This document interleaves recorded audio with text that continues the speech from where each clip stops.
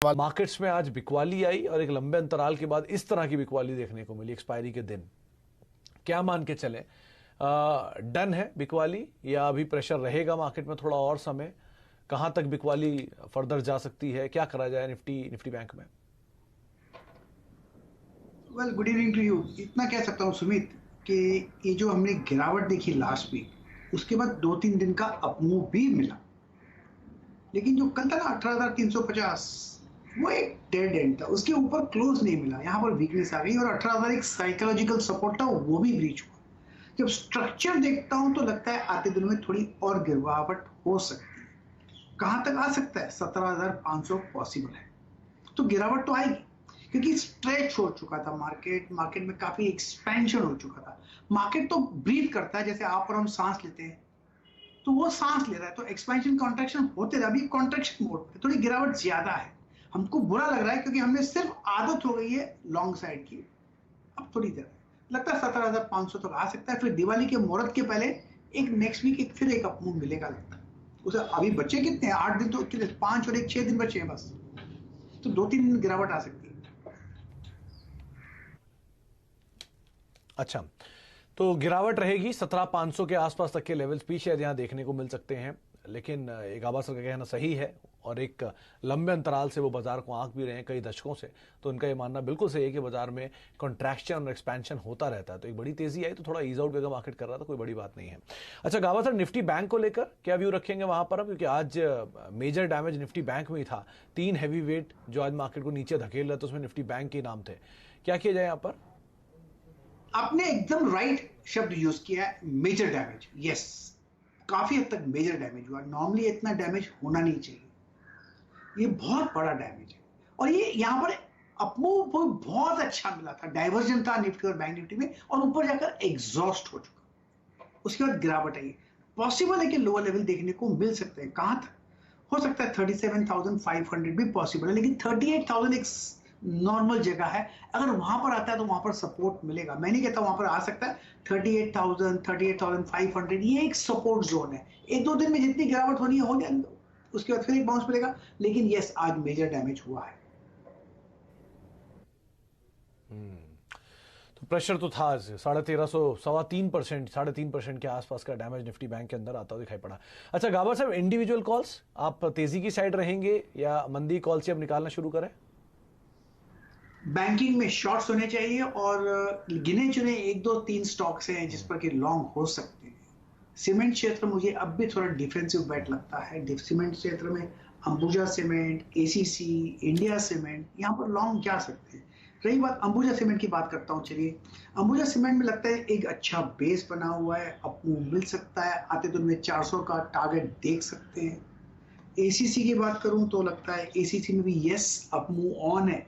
बहुत ही strong support zone करीब 2250 के आसपास है। शायद आते दिन में 2400 भी देखेंगे। एक टीवीएस मोटर की हमने बात की थी आज, शायद मुझे लगता है टीवीएस मोटर में भी अच्छी तेजी है। यस, बिल्कुल, यहाँ पर भी एक अपमूव मिल सकता है। और इसका जो लेवल है, इसके हिसाब से लगता है कि करीब 670 के करीब जाने की पूरी संभावना। तो गिने चुने स्टॉक्स हैं जहां पर कि अपमूव मिलेगा। एवरीथिंग इज नॉट बैड, ऐसी बुरी हालत नहीं है, लेकिन चुनना थोड़ा डिफिकल्ट है।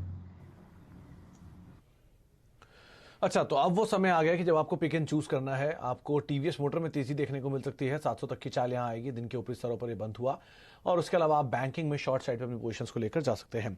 गाबा सर, 2-3 नाम जहां अच्छा मूव था, उसमें पहला नाम तो ऑब्वियसली वाला यूनाइटेड स्पिरिट्स का रहा था। यूनाइटेड स्पिरिट एक बढ़िया तेजी में था आज फर्स्ट हाफ में।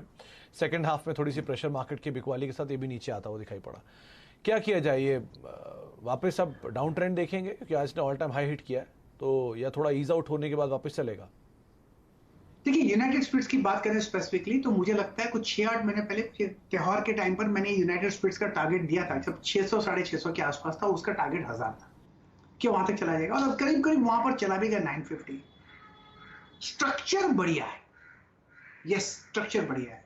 10-12 दिन की एक गिरावट भी देखी हमने यूनाइटेड स्पिरिट्स। फिर एक कल से एक अपमूव दिख रहे परसों से। बुरा स्ट्रक्चर नहीं है, ये स्टॉक अच्छा है, होल्ड करना चाहिए। एक्सपेंशन कॉन्ट्रैक्शंस होंगे, इसमें अगर डिप मिलता है तो खरीदना चाहिए, मैं कहूंगा, क्योंकि बहुत ही स्ट्रॉन्ग सपोर्ट तो 850 के आसपास। फ्यूचर्स में मत खरीदिए, कैश में खरीद सकते हैं। तो ये स्टॉक तो बढ़िया लगता है मुझे, क्योंकि अब तो शायद फंडामेंटल रीजन भी है लॉकडाउन खत्म ही हुआ है, ओपन अप इकोनॉमी हुआ है। तो ओपन अप इकोनॉमी का भी इंपैक्ट है, नंबर्स भी अच्छे आए हैं, कमेंट्री बहुत पॉजिटिव थी जिसका एक इंपैक्ट था, इसलिए आप तेजी की साइड पर अपनी पोजीशंस को रखिएगा। अच्छा गाबा सर, कुछ देर पहले भी एक खबर आई थी आईआरसीटीसी के संदर्भ में, जहां पे इनकी जो कन्वीनियंस फीस है इन्हें उसको हाफ शेयर करना पड़ेगा। ये खबर उन्होंने मार्केट आवर्स के बाद दी और उनका ये भी कहना है करीब 50% के आसपास के जो रेशियोज हैं वो हाफ किया जाएगा। और मेजर इनके लिए रेवेन्यूज जनरेट करता है ये टिकटिंग स्पेस। 14,000 करोड़ रुपए के आसपास के रेवेन्यूज लास्ट फाइनेंशियल ईयर में थे। तो अगर डैमेज आता है आईआरसीटीसी में आज की जोरदार तेजी के बाद, तो क्या करना चाहिए? कहाँ स्टॉप लॉस मेंटेन करना चाहिए या फिर कहाँ आप एक्यूमुलेट करेंगे?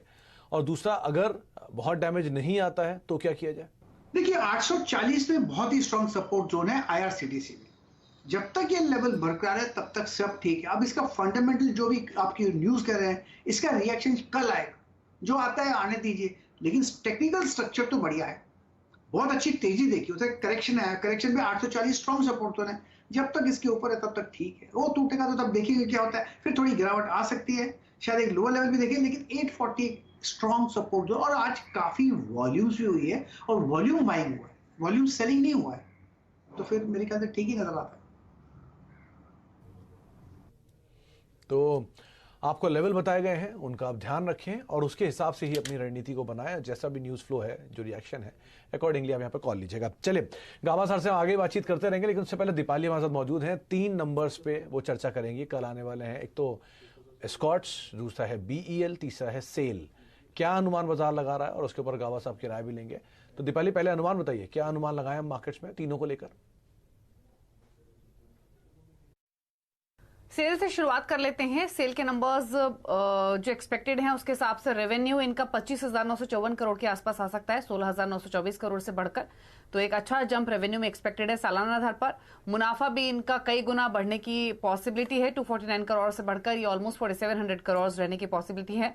एबिटा अगर आप देखेंगे तो 19 करोड़ से बढ़कर 7,840 करोड़ आ सकता है। मार्जिन में एक शार्प जंप 11% से बढ़कर 30% के आसपास मार्जिन रह सकते हैं। इनका जो रियलाइजेशन है वो एक्सपेक्टेड है कि इंप्रूव होंगे, लगभग 2000 प्रति टन के आसपास रह सकते हैं। वॉल्यूम सीक्वेंशियल बेसिस पे 23% के आसपास जंप हो सकते हैं।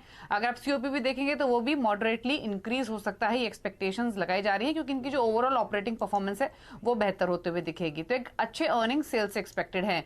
ऑटो स्पेस में एस्कॉर्ट्स फोकस में रहेगा।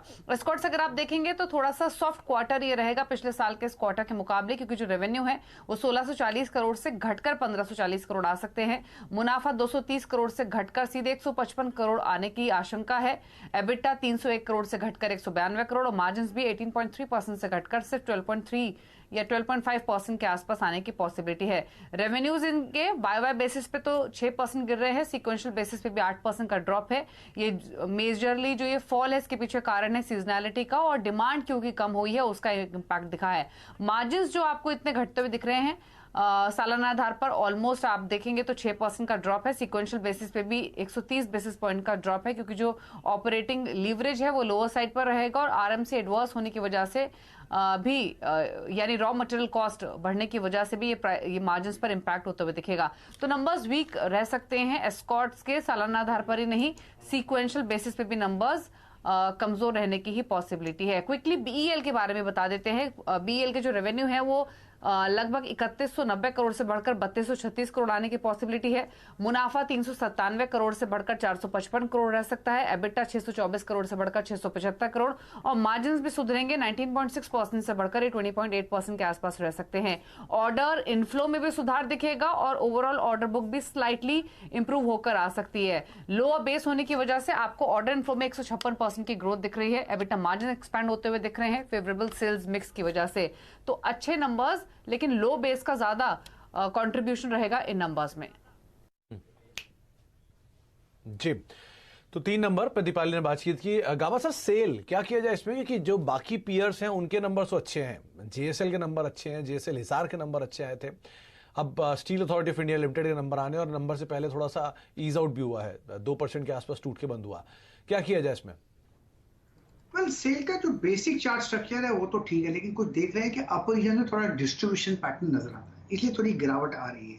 अगर सेल का अगर स्ट्रेंथ होना है तो उसके लिए उसको ट्रेड करना पड़ेगा 122 के ऊपर। अदरवाइज लगता है कि 100 जो लेवल है ये स्ट्रॉन्ग सपोर्ट जोन है, वहां तक स्लाइड होने की संभावना है। स्ट्रक्चरली में थोड़ी वीकनेस है, 105 107 यहां तक स्लाइड होने की संभावना है, लेकिन लार्जर स्ट्रक्चर तो ठीक है। अगर खरीदना है किसको तो 100 105 के आसपास खरीद सकते हैं।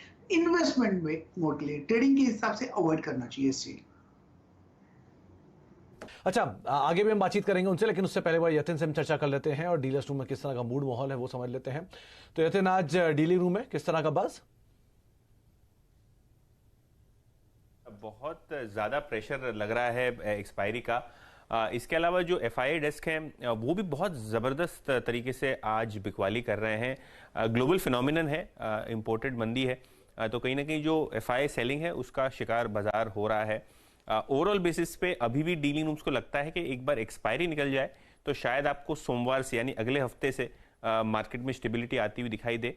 और इसीलिए दो स्टॉक्स जो वो खरीदारी करने की सलाह दे रहे हैं अपने क्लाइंट्स को डिक्लाइंस पे, उनमें सबसे पहले है एसबीआई, जहां उनको लगता है कि लगभग आपको 4 से 5% की ट्रेडिंग अपसाइड देखने को मिलनी चाहिए, यानी 25 से 30 रुपए की अपसाइड उनको लगती है स्टॉक में आनी चाहिए।